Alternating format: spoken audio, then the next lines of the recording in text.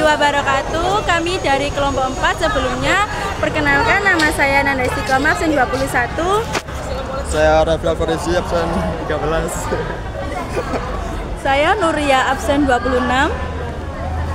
Perkenalkan, nama saya Naila Rizkia, absen 22. Di video kali ini kita akan menyajikan instruksi tentang penyelamatan lingkungan. Selamat menyaksikan.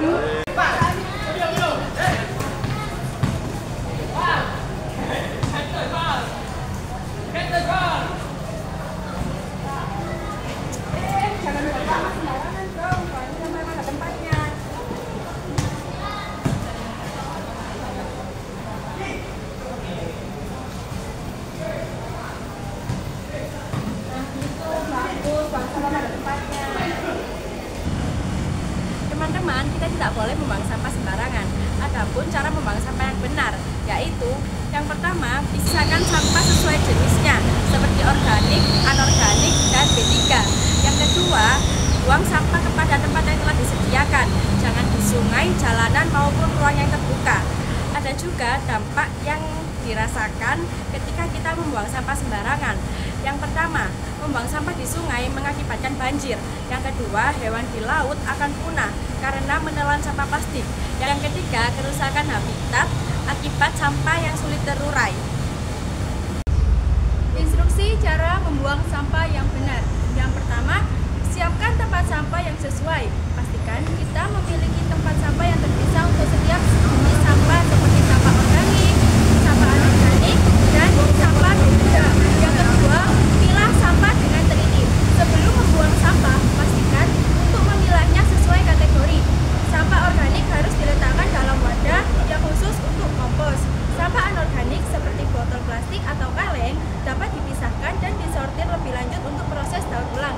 Yang ketiga, periksa kembali sampah yang dibuang. Sebelum membuang barang-barang yang dapat didaur ulang, pastikan mereka dalam keadaan bersih dan kering agar memudahkan saat daur ulang. Yang keempat, pastikan penutupan dan pembuangan sampah yang rapi. Setelah sampah terkumpul, pastikan kantong sampah tertutup rapat dan tidak bocor. Jika perlu, ikat kantong sampah dengan erat sebelum dibuang agar tidak mencemari lingkungan atau menyebabkan masalah dalam transportasi sampah. Yang kelima, pembuangan sampah di tempat yang ditentukan. Buang sampah pada tempat sampah yang telah disediakan sesuai dengan peraturan setempat. Hindari membuang sampah sembarangan di tempat umum atau di tempat yang tidak diperuntukkan untuk sampah.